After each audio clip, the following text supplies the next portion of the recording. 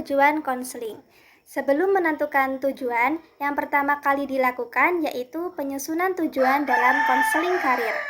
Konseling karir merupakan suatu proses yang panjang untuk menuju sebuah pencapaian. Pencapaian yang dimaksud yaitu adanya perubahan pada diri konseli setelah melakukan konseling karir. Tujuan dari konseling karir ini harus berasal dari diri konseli karena ia merupakan pihak yang paling memahami dirinya. Akan tetapi, kasus di lapangan menggambarkan bahwa konseli kesulitan untuk menentukan tujuan karirnya seorang diri. Maka, ia perlu mendatangi konselor untuk meminta bantuan agar permasalahan karirnya dapat terselesaikan. Dengan begitu, penyusunan tujuan konseling dapat dilakukan bersama antara konselor dengan konseli. Dalam proses tersebut, konselor dapat memulainya dengan memancing konseli untuk memunculkan tujuan yang diharapkan. Kemudian membantunya untuk melakukan perincian tujuan menjadi lebih jelas.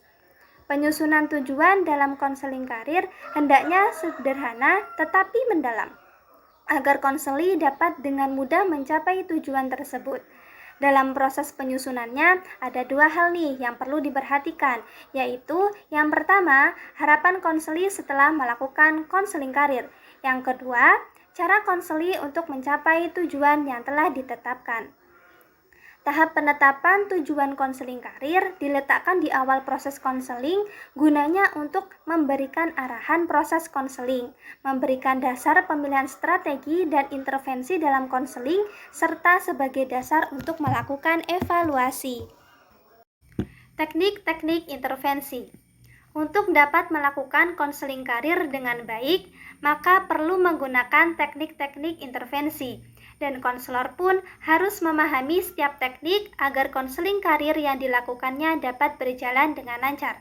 Berikut ini ada 8 teknik intervensi yang dapat diterapkan dalam konseling karir.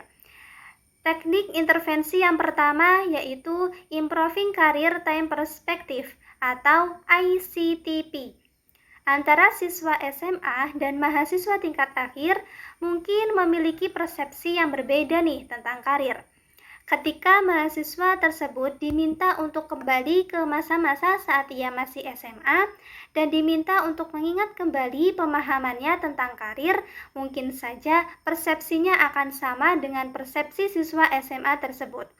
Hal inilah yang melatar belakangi munculnya teknik ICTP ini. Teknik ini membantu konseli untuk mengembangkan pemahamannya tentang karir, kesuksesan yang perlu mereka raih, dan hambatan yang akan mereka hadapi. Jadi, teknik ini berkaitan dengan 3 waktu, yaitu masa lalu, masa sekarang, dan juga masa depan. Adapun langkah-langkah dari teknik ICTP ini yaitu langkah pertama, ajak konseli untuk menggambarkan lingkaran karirnya. Pada langkah ini, konselor dapat menjelaskan kepada konseli bahwa kehidupan manusia itu dibagi menjadi 3 masa, yaitu masa lalu, masa sekarang, dan juga masa depan. Ketiga masa itu akan saling memengaruhi satu sama lain. Nah, pada langkah ini, konseli diminta untuk menggambarkan ketiga lingkaran masa tersebut yang menunjukkan harapan, perspektif, pengalaman, maupun kesukaannya terhadap ketiga masa itu. Semakin luas gambar lingkaran konseli, maka masa itulah yang paling disukai oleh konseli. Besar kecilnya lingkaran tergantung pengalaman dari masing-masing konseli. Langkah yang kedua, yaitu konseli diminta untuk menganalisis atau menceritakan kondisi diri dan karir jika ditempatkan pada ketiga lingkaran tersebut. Setelah konseli menggambarkan lingkaran pada ketiga masa, kini saatnya konseli diminta untuk menceritakan pengalaman dari ketiga masa tersebut secara detail. Langkah ketiga dari teknik ini yaitu membantu konseli untuk menganalisis ketepatan, kegagalan, dan pencapaian dari masa lalu, keadaan real di masa sekarang, dan kemungkinan yang akan terjadi di masa depan. Pada langkah ini, konseli diminta untuk kembali ke masa lalu, merenungkan masa sekarang dan kemungkinan yang bisa ditemuinya di masa yang akan datang. Mungkin saja pada langkah kedua, di saat konseli menceritakan pengalamannya terdapat pengalaman yang buruk terkait impian karirnya di masa depan. Nah, di sini konselor penting untuk mengajak konseli memikirkan bagaimana masa depannya kelak. Berbekal pada pemahaman yang muncul dari langkah kedua, maka konselor perlu mengajak konseli untuk berimajinasi bagaimana keadaannya di masa depan yang akan ia lewati suatu saat nanti. Ketika menemui kegagalan di masa lalu, bukan menjadi alasan bagi siapapun untuk dapat mengorbankan masa depannya.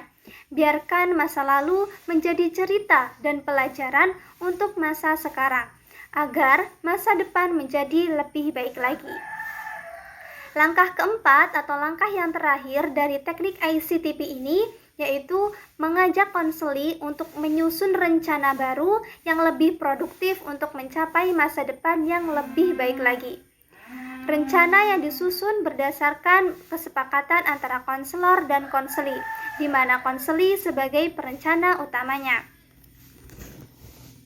Teknik intervensi yang kedua yaitu Gathering Occupational Information atau GOI. Teknik ini merupakan teknik yang bertujuan untuk membantu konseli menemukan sendiri informasi terkait karir yang mereka harapkan. Pada teknik ini, konselor dapat menyediakan informasi yang dibutuhkan ataupun memberikan tugas pada konseli untuk mencari informasi yang relevan, kemudian didiskusikan bersama. Tugas dari konselor yaitu untuk mendiskusikan hasil pencarian informasi yang telah dilakukan konseli. Adapun langkah-langkah sederhana yang bisa menjadi panduan konselor ketika menggunakan teknik GOI ini adalah: langkah pertama, spesifikasi bersama dengan konseli mengenai informasi apa yang ingin diperoleh. Pada langkah ini, konselor melakukan perincian bersama konseli mengenai informasi yang akan dikumpulkan oleh konseli. Langkah pertama ini mengacu pada hal-hal seperti jenis pekerjaan apa yang ingin diketahui konseli, pendapatan yang ingin diperolehnya, persyaratan yang harus dipenuhi, lokasi kerja, dan juga aktivitas bekerja yang dilakukan. Tujuan dari spesifikasi ini adalah untuk memudahkan konseli dalam mencari dan mengumpulkan informasi yang relevan. Langkah kedua dari teknik GOI yaitu menemukan informasi dari berbagai sumber. Setelah melakukan spesifikasi, konselor harus memberikan tenggang waktu bagi konseli untuk mengumpulkan informasi sebanyak mungkin. Informasi tersebut dapat ditemukan melalui media cetak seperti koran, majalah, ataupun buletin, leaflet dan buklet, media berbasis online, wawancara dengan pihak perusahaan, pengalaman dari orang lain yang bekerja di suatu perusahaan, maupun melalui balai latihan kerja dan unit pelaksana teknis. Langkah ketiga atau langkah terakhir dari teknik intervensi GOI ini yaitu mendiskusikan bersama dengan konseli berkenaan dengan informasi yang telah diperoleh pada sesi sebelumnya. Konselor mengajak konseli untuk berdiskusi terkait pekerjaan apa saja yang bisa diperoleh konseli berdasarkan kualifikasi dirinya dengan memasukkannya pada format yang disediakan oleh konselor. The Identifying Personal Transferable Skills atau yang disebut IPTS merupakan teknik intervensi dalam konseling karir yang didesain untuk membantu konseli menemukan keterampilan, kompetensi, dan kemampuan diri. Menggunakan teknik intervensi atau IPTS, konselor mengajak konseli untuk tidak terlalu jauh memikirkan hal yang belum tentu bisa dilakukan. Sebaliknya, konselor mengajak konseli untuk melakukan sesuatu dan bagaimana memanfaatkan semua itu menjadi keterampilan khusus yang bisa digunakan untuk bekerja dan berkarir. IPTS mengajak konseli untuk menemukan hal-hal yang tersimpan dalam dirinya, bisa bermanfaat namun belum tereksplorasi dengan baik. Teknik IPTS pada dasarnya memiliki manfaat sebagai berikut. Yang pertama, membantu konseli untuk menemukan kekuatan dan kelemahan diri mereka. Yang kedua, membantu konseli untuk menyadari bahwa keterampilan yang mereka miliki bisa bermanfaat saat digunakan dalam sebuah pekerjaan. Yang ketiga, mengatur tingkat kepercayaan diri dan keterampilan menghargai diri sendiri. Mengidentifikasi keterampilan yang dimiliki individu bukanlah suatu yang mudah, mengingat sebetulnya mereka memiliki keterampilan yang dimaksudkan, namun mereka sendiri kurang menyadarinya. Untuk bisa membantu konseli dengan kesulitan semacam ini, konselor perlu memanfaatkan langkah-langkah singkat yang bisa membantu konseli mengingat dan menyadari keterampilan dirinya yang masih tersembunyi. Langkah-langkah yang bisa dilakukan adalah langkah pertama, membantu konseli mengidentifikasi kelemahan diri yang disebabkan oleh ketidakmampuannya menyadari keterampilan yang ia miliki. Jadi konseli datang pada konselor dan mengatakan bahwa dirinya tidak memiliki satupun keterampilan yang dia inginkan untuk memilih sekolah lanjut dan bekerja. Padahal untuk masuk ke dalam keduanya, individu terlebih dahulu harus menyadari. Untuk masuk ke dalam keduanya, individu terlebih dahulu harus menyadari keterampilan dirinya. Tanpa memiliki keterampilan yang memadai, maka tidak akan mungkin bagi individu bisa bertahan dan mengembangkan potensi diri pada lingkungan karirnya. Langkah yang kedua adalah membantu konseli mengidentifikasi keterampilan yang dimiliki. Langkah ini adalah langkah inti dalam teknik intervensi ini. Konselor bekerja ekstra untuk membantu konseli menemukan keterampilan diri yang semula belum disadari. Cara konselor menumbuhkan pemahaman konseli akan keterampilan yang mereka miliki pun bisa bermacam-macam. Pada bagian ini dibahas 3 model adaptasi dari Brown dan Brooks. Cara yang bisa dilakukan oleh konselor. Yang pertama, mengidentifikasi keterampilan diri yang tersembunyi. Bagi sebagian besar individu, keterampilan diartikan sebagai suatu yang besar dan memberikan manfaat lebih secara ekstrem. Bisa jadi para individu tersebut beranggapan bahwa memiliki keterampilan berarti harus menghasilkan sesuatu yang tidak bisa dihasilkan orang lain, menciptakan karya-karya besar, atau menghasilkan uang yang banyak dari keterampilan tersebut. Padahal keterampilan berasal dari segala sesuatu yang bisa kita kerjakan nyaman, mengajarkannya, dan memberikan efek puas untuk diri sendiri ketika kita mengerjakannya. Langkah yang ketiga, bersama dengan konseling menyimpulkan keterampilan yang ada pada diri dan kemudian memanfaatkannya. Setelah menggunakan berbagai model identifikasi yang dimiliki oleh konseling, maka tugas konselor dan konseli selanjutnya adalah merumuskan berbagai keterampilan kecil yang ditemukan berdasarkan pencarian. Pada akhirnya, konselor bisa mengajak konseling untuk menuliskan keterampilan yang dimiliki tersebut. Langkah yang keempat, menyusun perencanaan baru.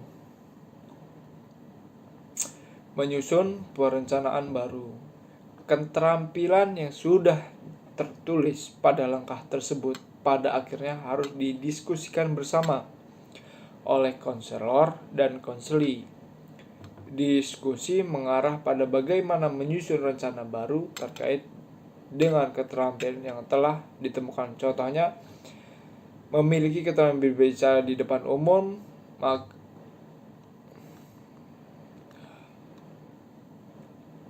Sebagai langkah lanjutan, konseling kemudian diajak untuk menuliskan rencana ke depan. Apa saja yang dilakukan berhubungan dengan hasil analisis tersebut. Contohnya, mencari informasi, meningkatkan keterampilan, atau melatih keterampilan-keterampilan lebih intensif bisa dengan mengikuti seminar, berdiskusi dengan orang yang lebih ahli, dan mempraktikannya langsung. Yang E, tadi yang D, sekarang yang E. Using Decision Making Aids atau UDMA. UDMA, permasalahan karir yang dialami individu pula berasal dari keterampilan pengambilan keputusan yang kurang. Beberapa individu memiliki kekurangan berkenaan dengan keterampilan mereka memutuskan pekerjaan apa yang akan mereka ambil sebagai proses untuk memperoleh penghasilan dan meningkatkan karir.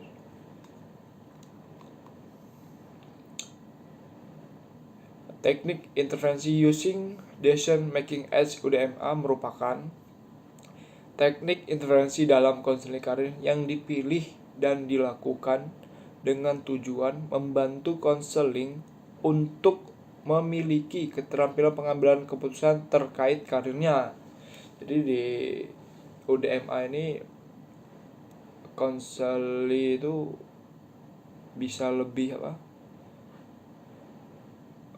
agar tidak bingung kayaknya. Tujuan membantu konseling untuk memilih keterampilan lebih sebelum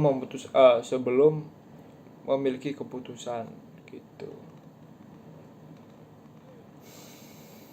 Aspek-aspek itulah yang sering kali dilupakan oleh sebagian besar orang. Kebanyakan individu hanya melihat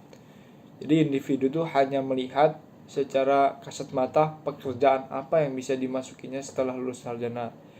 Begitu muncul sekian banyak pekerjaan yang dimasukinya, individu hanya melihat sekelas saja kemungkinan dan ketidakmungkinan masuk ke dalam pekerjaan itu. Jadi buat konseling itu jangan ragu gitu. Intinya seperti itu.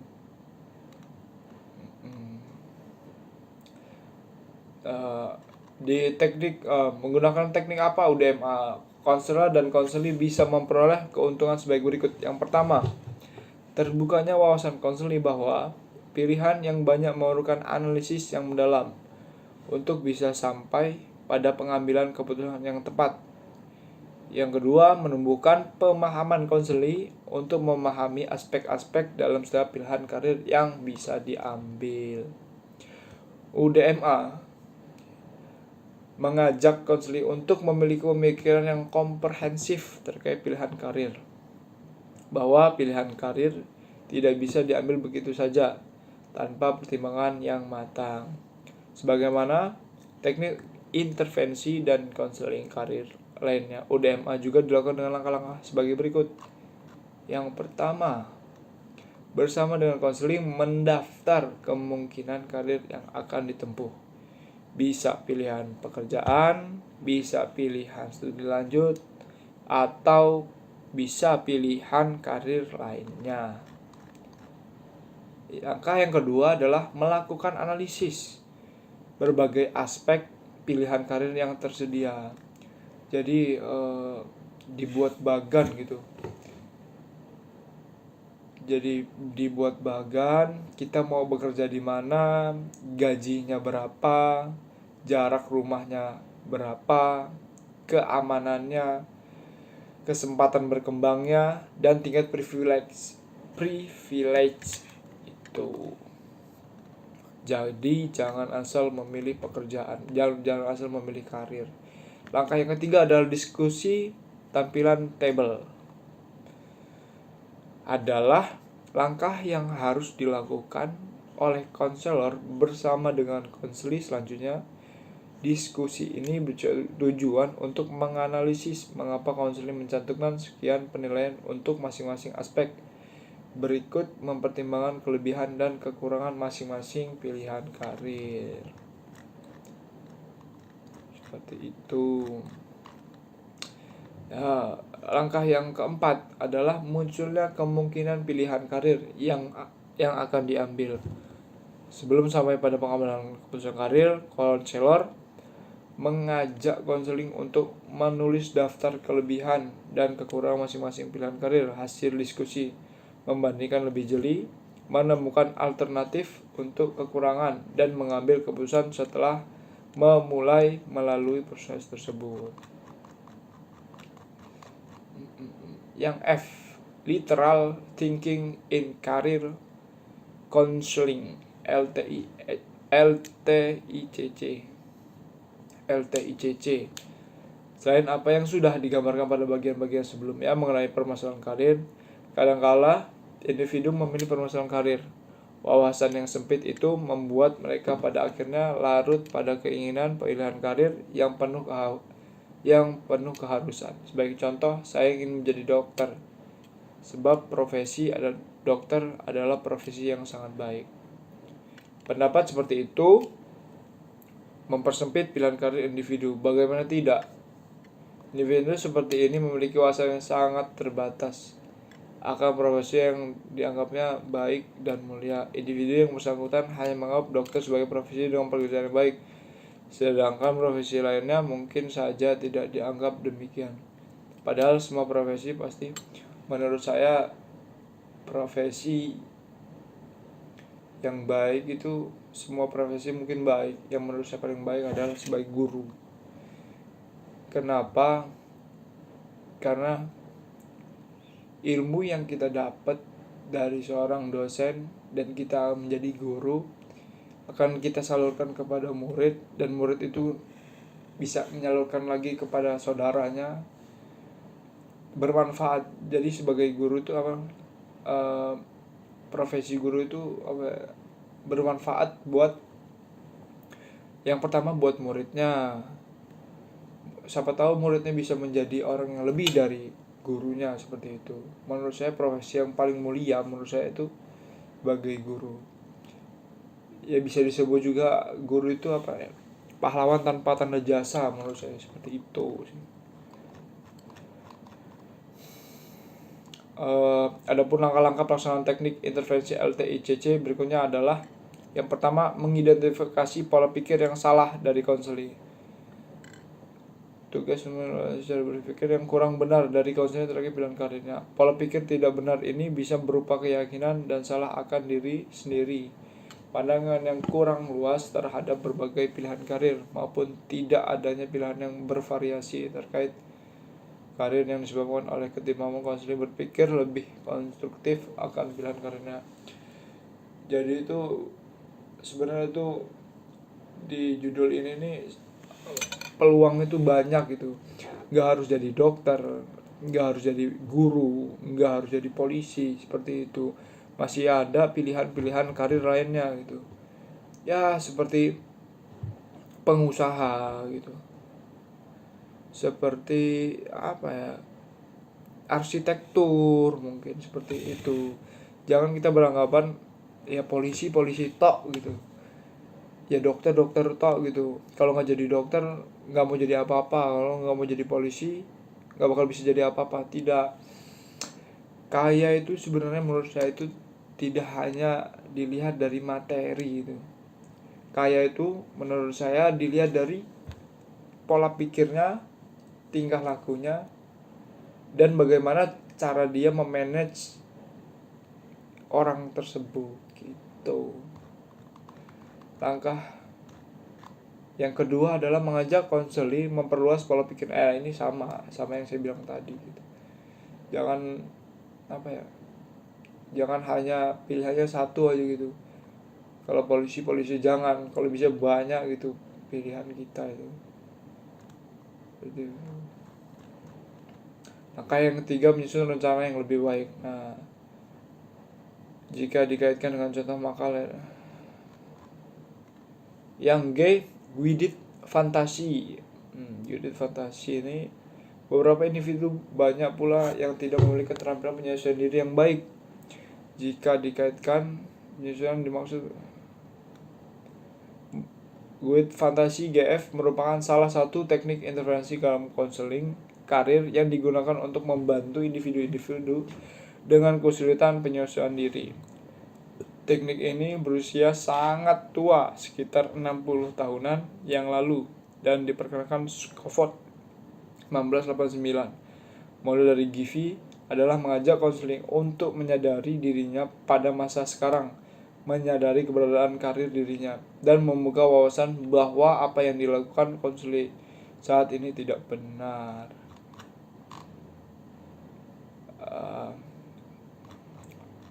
Langkah-langkahnya itu sama, hampir sama.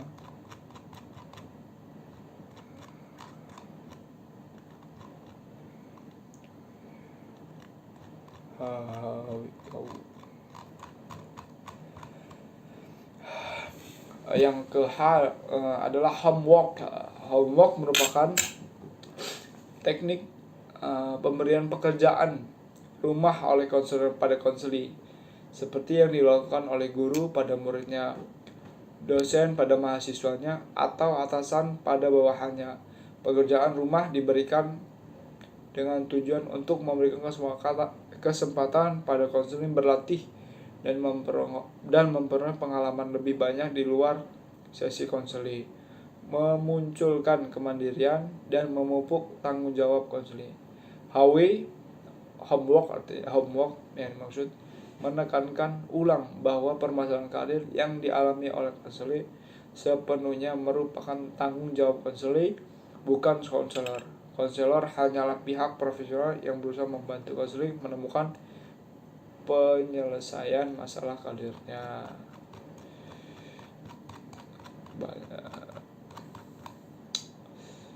Yang terakhir adalah role playing. Role playing ini adalah role playing. Teknik role playing merupakan teknik intervensi yang berasal dari tradisi behavioral dan tidak jarang pula disebut sebagai behavior. Menggunakan teknik ini, konselor mengajak konseling untuk berlatih mengembangkan keterampilan perilaku baru yang sebelumnya tidak dimiliki konseling, atau mengubah perilaku yang selama ini dianggap kurang tepat sehingga dapat memunculkan masalah-masalah khusus dalam bidang karir. Teknik intervensi ini membutuhkan keterampilan konselor untuk menganalisis suatu munculnya masalah. Secara khusus, teknik role playing ini digunakan untuk tujuan sebagai berikut. Yang pertama, mengukur kelemahan keterampilan sosial konseling dan berupaya memperbaikinya. Yang kedua, mengembangkan keterampilan menghadapi wawancara. Yang ketiga, jika konselor memiliki kesulitan untuk bersikap asertif atau berkata tidak pada orang lain, bisa saja pada rekan kerja atau atasan, maka bisa digunakan untuk meningkatkan keterampilan asertif gitu. Yang terakhir, menumbuh kembangkannya kepercayaan di konseling. Role playing memiliki langkah-langkah strategi yang bisa diimplementasikan oleh konselor. Yang pertama, mengidentifikasikan permasalahan konseling dan kebutuhan untuk berlatih. Yang kedua, mempersiapkan konseling. Persiapan tersebut adalah yang pertama, persetujuan apa yang akan dilatih pada konseling. Yang kedua, kemauan konseling untuk berlatih. Yang ketiga, komitmen untuk mengikuti proses. Di sini ada 4. Langkah yang ketiga, memberikan contoh modeling. Memberikan contoh bisa dilakukan langsung oleh konselor dengan skenario yang telah disusun atau dengan menonton tayangan yang ada dalam video.